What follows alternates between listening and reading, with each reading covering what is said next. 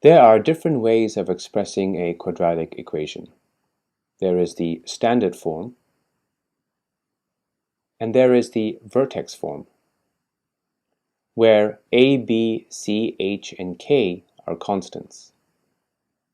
The main use of expressing a quadratic equation into the vertex form is to enable us to sketch a quadratic when either there are no x-intercepts, so that the quadratic cannot be factorized, or the x-intercepts do exist, but they cannot be easily solved because the quadratic cannot be easily factorized. This video has 5 examples of how to use the vertex form for sketching a quadratic. We begin though with how we would normally sketch a quadratic without the use of the vertex form. In order to really appreciate the vertex form of a quadratic, let's start with a really simple quadratic and see how we would solve it. Suppose we want to sketch y is equal to x squared plus 3x plus 2. Now, in order to sketch this, we need to see what the intercepts are, and the best way to figure that out is to express this in the factored form. So we would look for two numbers that multiply to get 2 and add to get 3. So I'm assuming we know how to factor this, and based on this we can calculate that the y-intercept is, which by definition means the x value is 0, is when y is equal to 2, and the x-intercept, which is when y is equal to 0, we can see is when x is negative 2 and x is negative 1. So these are the x-intercepts, and the vertex is simply the midpoint of those intercepts. So the midpoint of negative 2 and negative 1 is negative 3 over 2. Just add the 2 points together and divide by 2 to get the average. So I know that the x value of the vertex is negative 3 over 2. To find the y value, substitute this back into the equation and we get negative 1 over 4. These are the coordinates of the vertex. Now we can sketch the quadratic. Here it is. The y-intercept is at 2, the x-intercepts are at negative 1 and negative 2, and the vertex is at negative 3 over 2 and negative 1 over 4. The key thing to note here is that in this case we knew what the x-intercepts were. We could calculate them. The quadratic actually touches the x-axis twice. But what if the quadratic did not touch the x-axis, or if it wasn't easy to solve by factorization? Let's start with example 1 to show how we can use a different way of expressing the quadratic to find the intercepts, if there are any. This is example 1. Suppose we have to sketch y is equal to x squared plus 6x plus 14.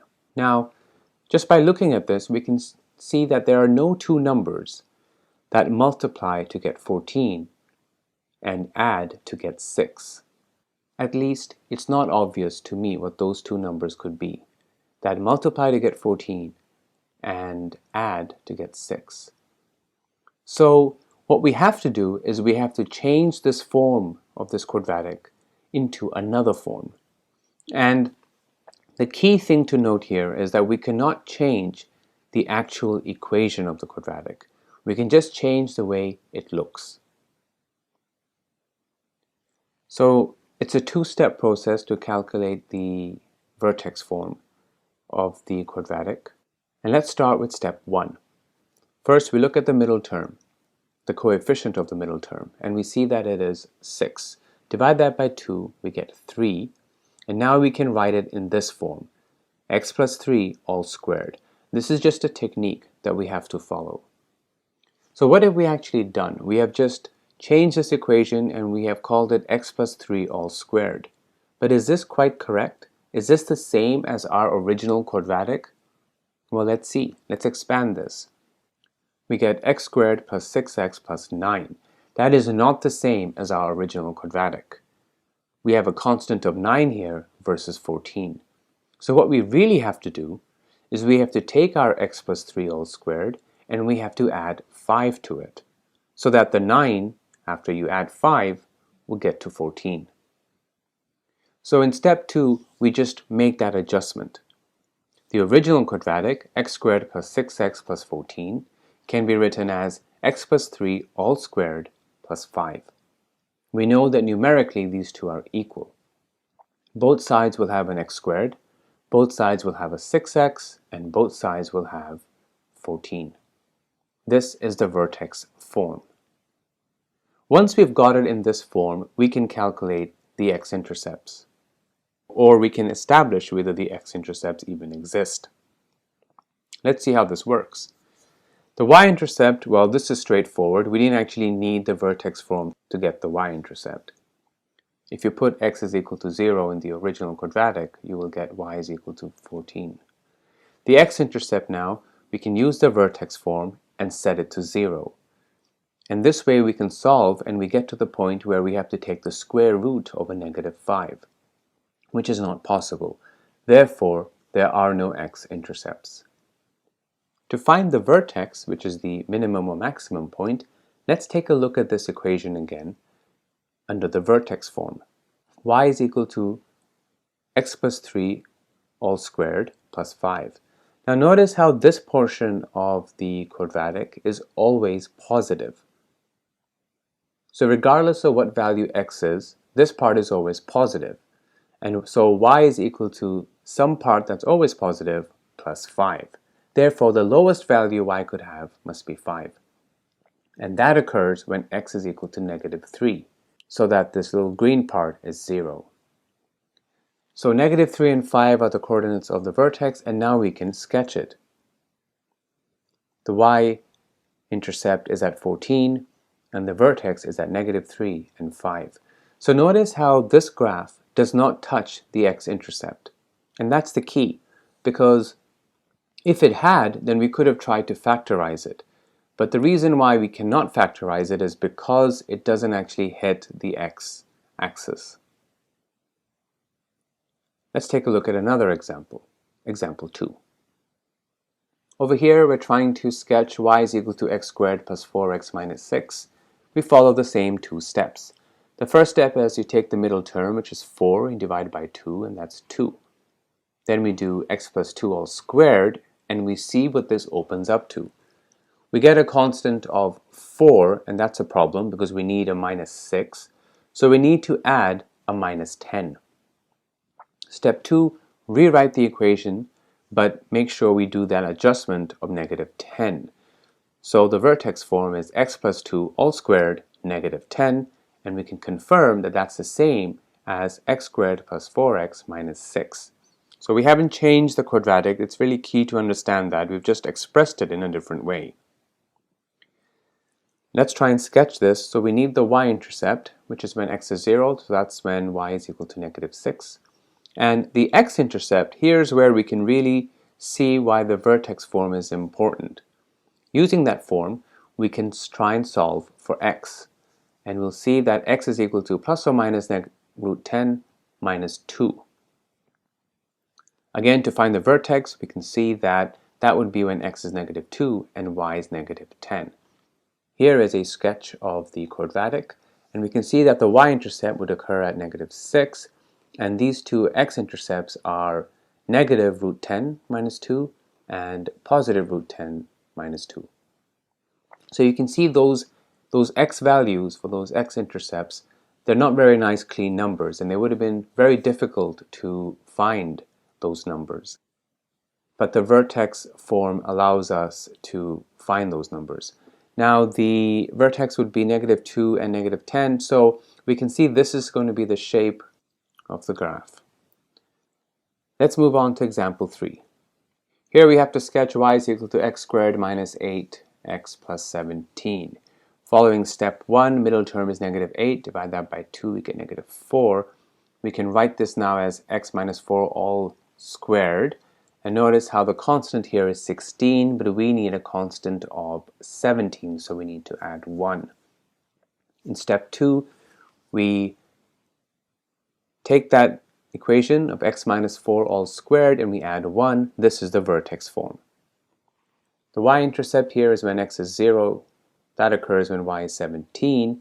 And to find the x-intercept, we use the vertex form and solve for x, and we get to the point where we are trying to square root a -1, which is not possible. Therefore, there are no x-intercepts. The vertex is when x is 4 and y is 1. Here's what the graph would look like. The y-intercept is at 17 and the vertex is at x is 4 and y is 1. In example 4, we are asked to sketch the quadratic y equals 2x squared plus 8x plus 5. In this case, what we have to do is we have to factor out that 2 that's in front of the x squared in this way, and then proceed as we normally would with the piece that's just inside those brackets. So the middle term is 4, and 4 divided by 2 is 2. And then we can write the quadratic in this way, so 2 times x plus 2 all squared, and see what that opens up to. When we expand it, we get a positive 8, but what we need is a 5, so we have to add -3. In step 2, we make that adjustment, and the vertex form is 2 times x plus 2 all squared minus 3.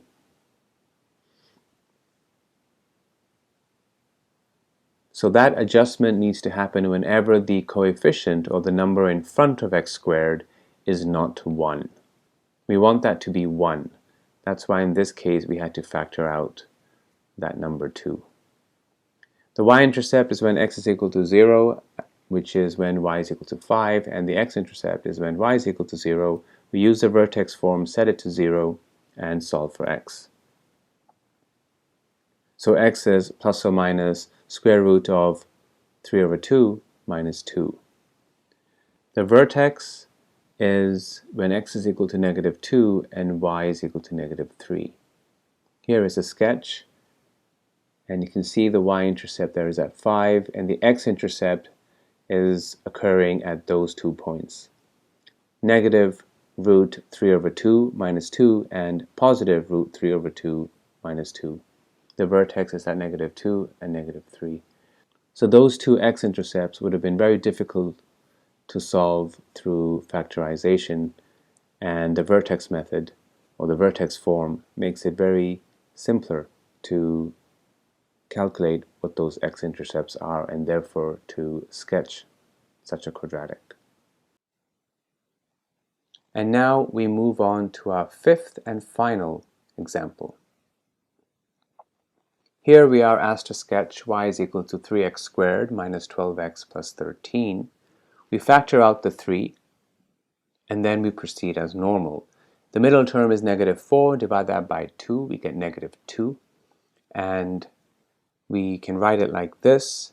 Keep that 3 in the beginning, and we see that this opens up to give us a constant of 12, but we need 13, so we have to add 1. Here's step 2 with that adjustment of adding 1, and the vertex form is 3 times x minus 2 all squared plus 1. Here's the y-intercept. When x is 0, y is 13. Here's the x-intercept. We use the vertex form, set it to 0, and try and solve for x. We find that we are again square rooting a negative, which is not possible, so there are no x-intercepts. Using the vertex form, we can see that the vertex is when x is equal to 2 and y is equal to 1. Here is a sketch of the quadratic. It cuts the y-axis at 13, and the vertex is at x equals 2, y is equal to 1.